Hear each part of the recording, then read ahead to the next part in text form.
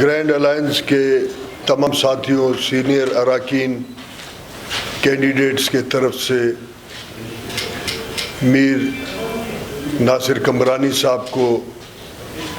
Grand alliance میں شمولیت پہ خوش آمدید کہتا ہوں۔ اپنے ساتھیوں اور ان کے حلقے میں، حلقہ PB44 میں جو ہمارے ساتھی ہیں، مجھے یقین ہے کہ وہ بھرپور ان کے کیمپین کا حصہ بنیں گے اور آنے والے دور میں گرینڈ الائنس کے کینڈیڈیٹس کو موقع دیں گے کہ وہ اپنے صوبے کا خدمت کر سکیں۔ ساتھ ساتھ میں ان کا شکریہ ادا کرتا ہوں کہ میر ناصر کمبرانی صاحب نے ہمارے کینڈیڈیٹ، اب تو ان کے بھی کینڈیڈیٹ ہیں، میر ہمایون کرد صاحب جو کہ NA 264 کے قومی اسمبلی کینڈیڈیٹ، ان کے حق میں دستبردار ہوئے اور یقین ہے کہ وہ بھرپور ان کے کیمپین کا حصہ بھی بنیں گے تاکہ گرینڈ الائنس کے جو قومی اسمبلی کے کینڈیڈیٹ ہیں وہ جیت کے اپنے صوبے کے مسائل، ان کے معاملات پہ اپنا سیاسی کردار ادا کرتے ہوئے کوشش یہ کریں کہ صوبے کے بحرانوں میں، چیلنجز میں کمی آئے اور جو سالہ سال کے تکلیفیں ہیں ان میں کمی لانے میں اپنا کردار ادا کریں۔ ایک دفعہ پھر تمام ساتھیوں کی طرف سے میر صاحب کو میں گرینڈ الائنس میں ویلکم کہتا ہوں اور آج سے وہ گرینڈ الائنس کا باقاعدہ حصہ ہیں اور ان کے جدوجہد میں اپنا حصہ ڈالیں۔ BD ممبرز ان کو ووٹ ڈالتے تھے، وہ خالصتاً ایک ڈکٹیٹر کے مفاد میں تھے۔ اس کے بعد سن 70 کے الیکشن کے اگر رزلٹ کو اس وقت تسلیم کیا جاتا تو آج پاکستان کے 5 صوبے ہوتے، 4 نہیں ہوتے۔ یہ پاکستانی سیاسی تاریخ کا حصہ رہا ہے کہ کبھی بھی ایک پولیٹیکل پارٹی نے یا ایک گروہ نے یہ الیکشن کو منوان تسلیم نہیں کیا ہے۔ تو ہم دعا تو نہیں کرتے، ہم یہ جدوجہد کرتے ہیں کہ پارلیمنٹ میں بیٹھے ہوئے لوگوں کو ایک دفعہ ہوش آئے کہ وہ ایسے قانون سازی کریں، ایسے روایت کا بنیاد رکھیں کہ جہاں شفاف الیکشن اور پارلیمنٹ صرف اور صرف عوام کی خدمت اور ملک کی خدمت کے لیے ہو۔ اچھا علی صاحب، یہاں پر ایک الائنس کے طور پر 2018 کے اسمبلی کو جب مانیٹر کر رہے تھے، جس پہ اکثر پولیٹیکل پارٹیز کے الزامات بھی تھے کہ یہ سلیکٹڈ ہے، تو ہم سمجھ رہے تھے کہ ایک خاموش پارلیمنٹ عوام اور سیاست کی خدمت نہیں کر سکتا، تو ہم نے ری امیجننگ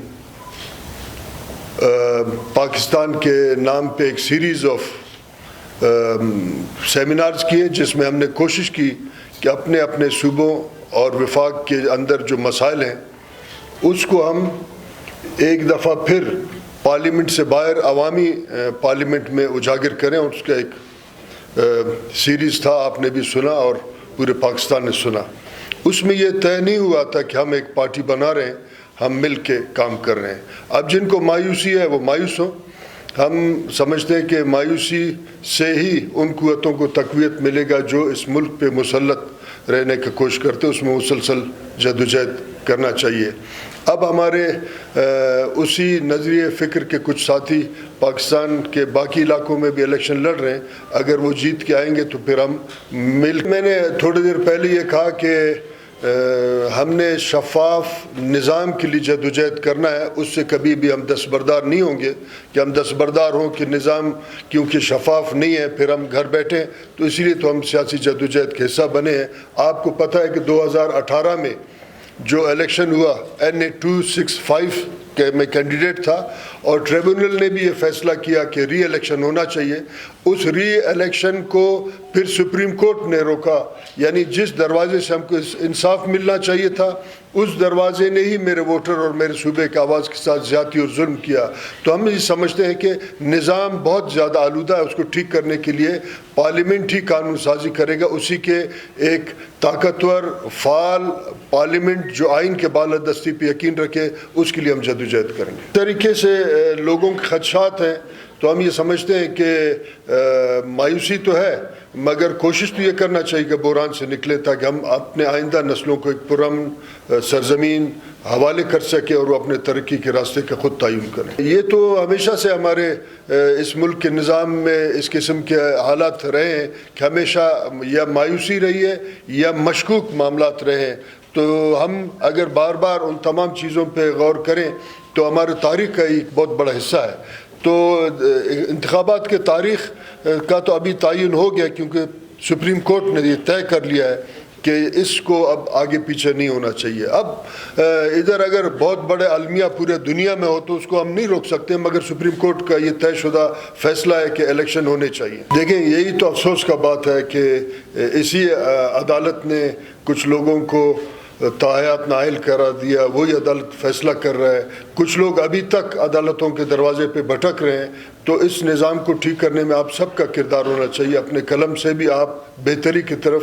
معاملہ کریں اور ان حقیقی ایشوز کو اجاگر کریں تاکہ آئندہ آنے والے الیکشن میں ووٹر اپنے کردار، اپنے کاغذ کے پرچی اور ووٹ کے تقدس سے، اس کے طاقت سے اس سماج کے اندر جو ایک مایوسی ہے اس کو بدل سکیں.